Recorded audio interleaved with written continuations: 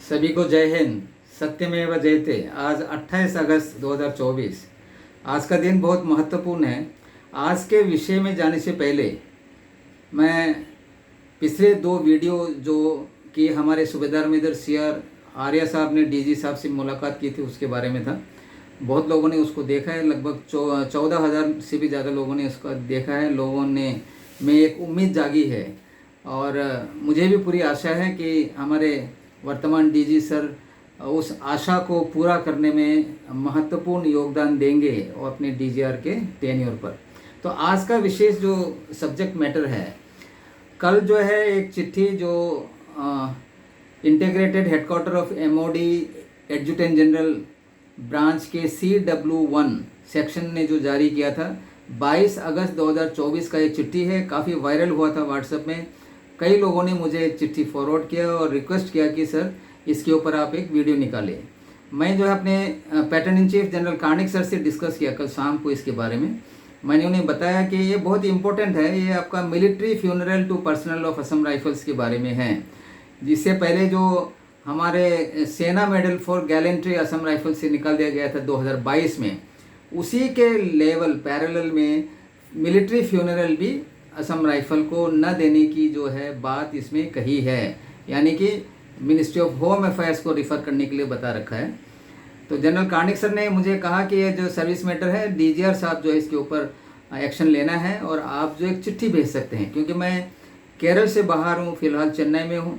जब वापस जाऊँगा तो एक चिट्ठी लिखूँगा, लेकिन आखिर मैं सोचता हूँ चिट्ठी लिखने से भी फ़ायदा क्या है, क्योंकि सेना मेडल के ऊपर जो है हमने राष्ट्रपति को भेजा था मेमोरेंडम, आर्मी चीफ को दिया था चिट्ठी, शायद अभी तक जो है वो रिस्टोर नहीं हुआ है। यह जो एक साजिश चल रहा है हमारे ऊपर, असम राइफल्स के जवानों के ऊपर, एक्स सर्विसमैन के ऊपर, जो बेनिफिट हम हक रखते हैं क्योंकि हम इंडियन आर्मी के ऑपरेशन कंट्रोल में काम कर रहे हैं, जिसके चलते हमें आर्मी की वो सारी बेनिफिट मिलनी चाहिए थी, पहले मिलता था।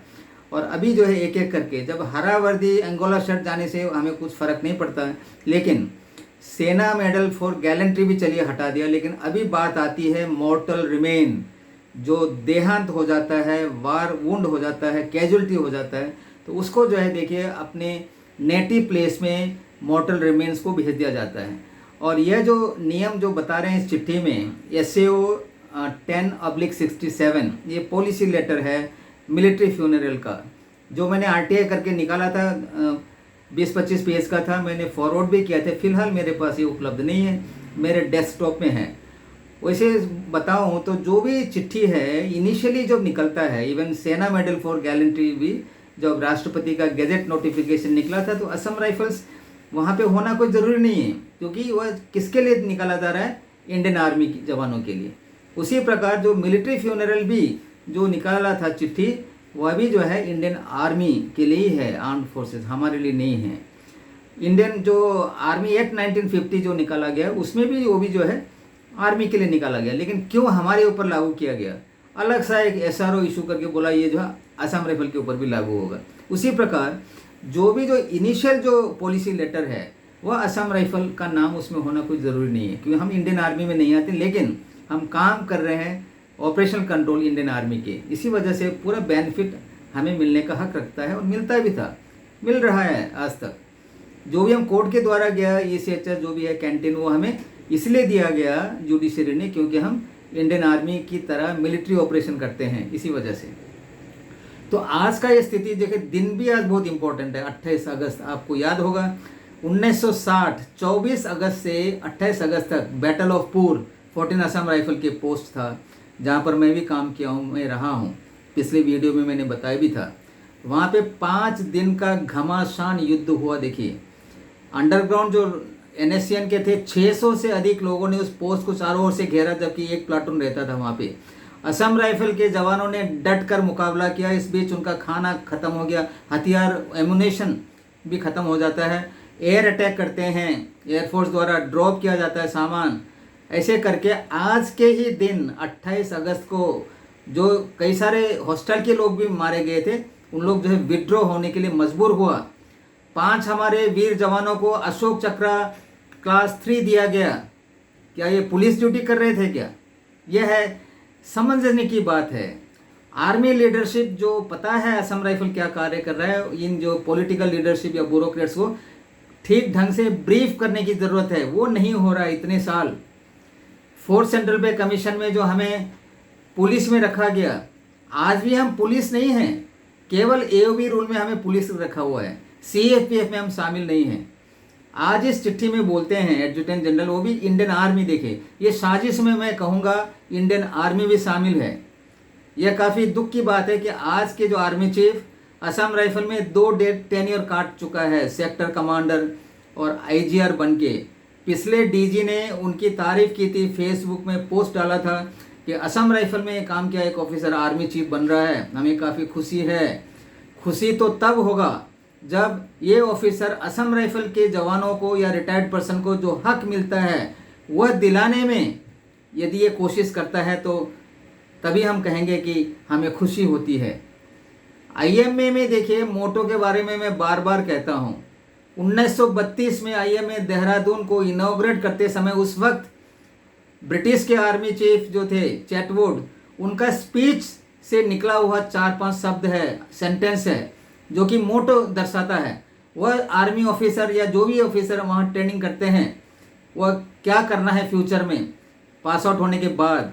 बार बार मैं कहता हूँ, उसमें लिखा हुआ है योर कंट्री कम फर्स्ट, जो भी है ऑनर वगैरह, honour comfort and welfare of the jawan you command और of the men you command come next, and your own ease comfort and welfare come last always in every time. ये जो है मोटो, ये इसको याद रखने की ज़रूरत है आज। और जैसे बताया जनरल कार्निक सर ने कि ये डीजीआर का ये है टॉपिक है, तो DGR sir, general Lakhera sir जो अभी हाल ही में आए हैं, डीजीआर का चार्ज ले रखा है, उनके लिए एक बहुत बड़ा चैलेंज है। देखिए, अगर वो सही में वेलफेयर ओरिएंटेड लगता है, जो बात हमारे सूबेदार मेजर ने की है उनसे 23 तारीख को, मैं उनको शुभकामनाएं देता हूं कि सर आप जो अपने टेन्योर में ऐसे जो मैटर है उस पर करेक्टली ब्रीफ कीजिए, ताकि असम राइफल का जो भी हक है वह मिल सके। और ये जो मॉर्टल रिमेन की बात कर रहा हूँ, मैं कह रहा हूँ ये काफ़ी इम्पोर्टेंट है, क्योंकि जो मार्टर जो मर जाते हैं, जो उनका मॉर्टल रिमेन्स उनके गांव में लेके जाते हैं, तब मिलिट्री ऑनर या मिलिट्री फ्यूनरल उनको मिलना बहुत ज़रूरी है। वह जो है केवल यह कहते हुए कि हमें एमएचए के अंदर में हम एडमिनिस्ट्रेशन है, बोलते हैं कि सीएपीएफ में क्या है इनका प्रोसीजर, उसको पता कीजिए, जबकि हम सीएपीएफ भी नहीं हैं। यह फिर आ जाता है ड्यूल कंट्रोल वाला मुद्दा, उसी वजह से ये सब कुछ हो रहा है, डिस्पैरिटीज।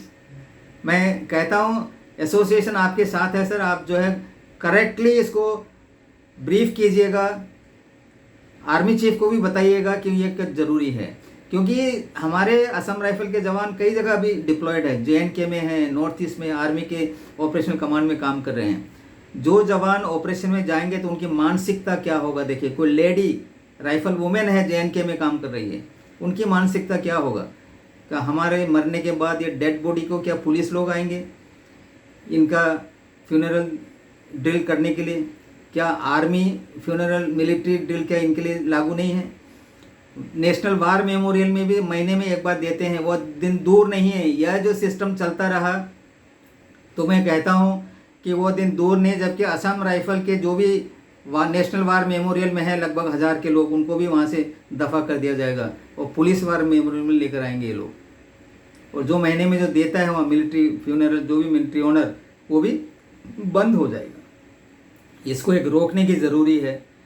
और मैं वर्तमान डीजीआर से दरख्वास्त करता हूँ, रिक्वेस्ट करता हूँ, प्रार्थना करता हूँ कि इसके ऊपर एक रोक लगाइए सर, क्योंकि सर्विस पर्सन का मोरल हाई होना बहुत ज़रूरी है।